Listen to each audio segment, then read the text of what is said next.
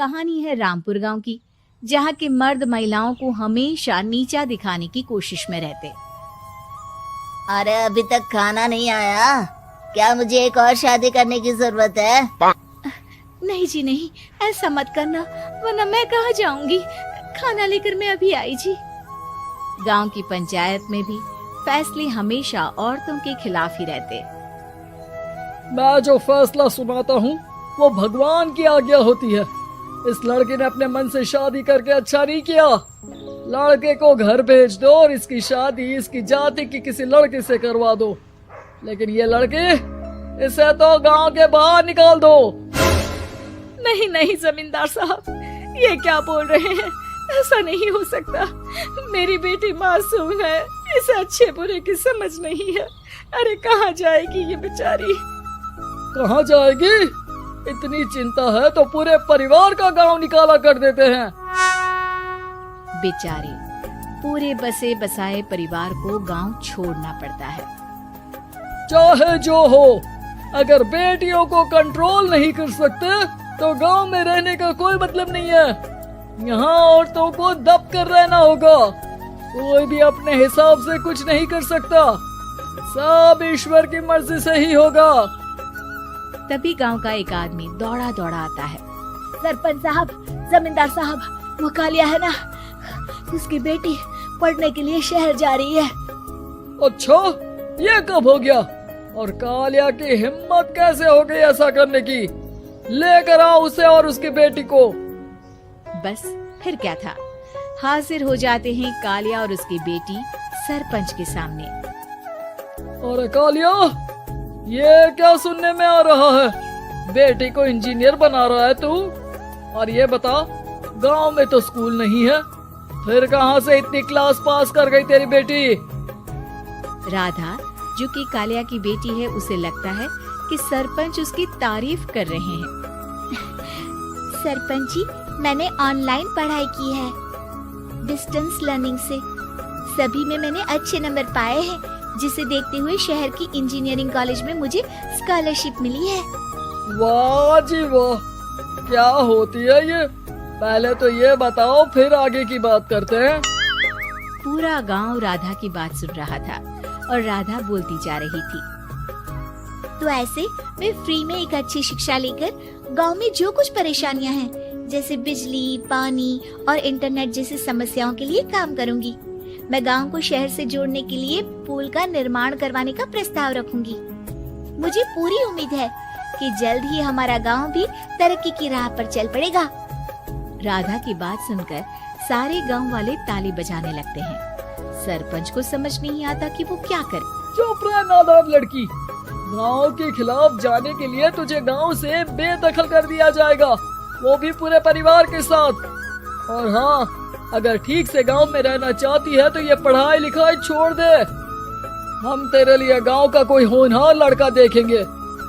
तभी गांव का एक आदमी बोल पड़ता है। अरे नहीं नहीं सरपंच जी, राधा बिटिया जो बता रही है, अगर वैसा हो जाए तो हम लोगों को पैसा कमाने के लिए बाहर नहीं जाना पड़ेगा। हाँ जी, और ना ही कोसों दूर पानी के लिए भटकना पड़ेगा। हमारे बच्चे भी अच्छी पढ़ाई कर सकेंगे और आगे बढ़ेंगे, ना कि हमारी तरह खेती करते बैठेंगे। क्यों गांव वालों, राधा बिटिया का साथ देना चाहिए ना।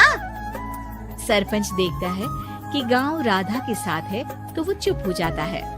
वो घर आकर अपने सलाहकार से बात करता है, जो बहुत ही चालाक किस्म का इंसान होता है।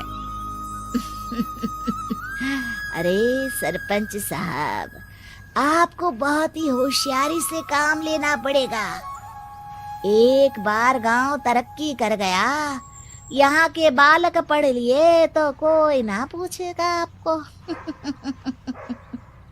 और फिर ये जो बेटा और बेटी है ना आपके, इनको भी आम लोगों की तरह ही जीवन जीना होगा। हाँ, लेकिन करे तो क्या करे?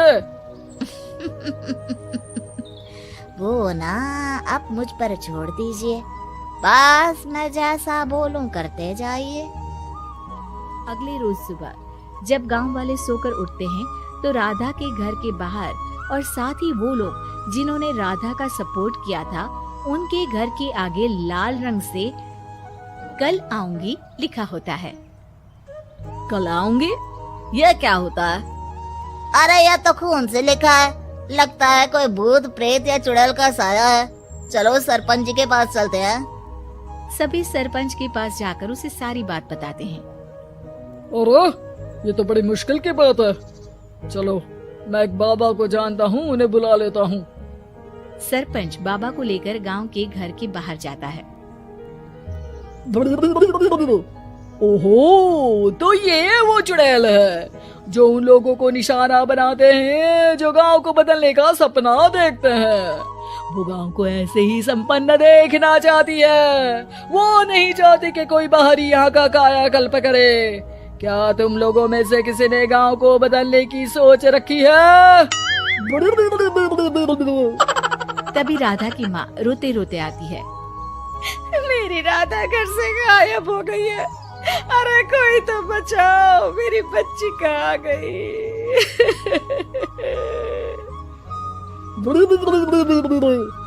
ले गई वो चुड़ैल, तेरी बच्ची को ले गई। अब वो उसे श्रापित करके छोड़ेगी, उस पर चुड़ैल का साया हो जाएगा। तभी बुरी सी हालत में राधा भी वहाँ आ जाती है। उसके बाल चुड़ैल की तरह फैले होते हैं और कपड़ों में खून लगा होता है। सभी राधा को देखकर डर जाते हैं। माँ, पता नहीं मुझे कौन उठा कर ले गया था। अरे दूर दूर हो जा चुड़ैल, अब हम लोग इस गांव में नहीं रुकेंगे। अरे कैसी बातें कर रहे हैं आप?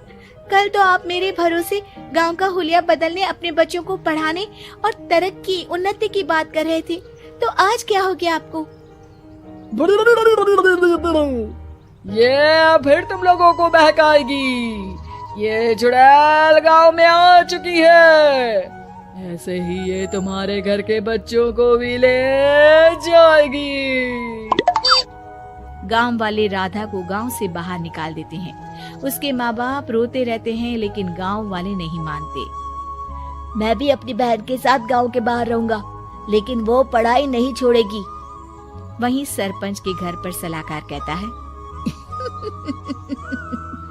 देखा, सांप भी मर गया और लाठी भी नहीं टूटी। लेकिन अगले ही दिन सरपंच के घर के बाहर भी वही शब्द लिखे होते हैं।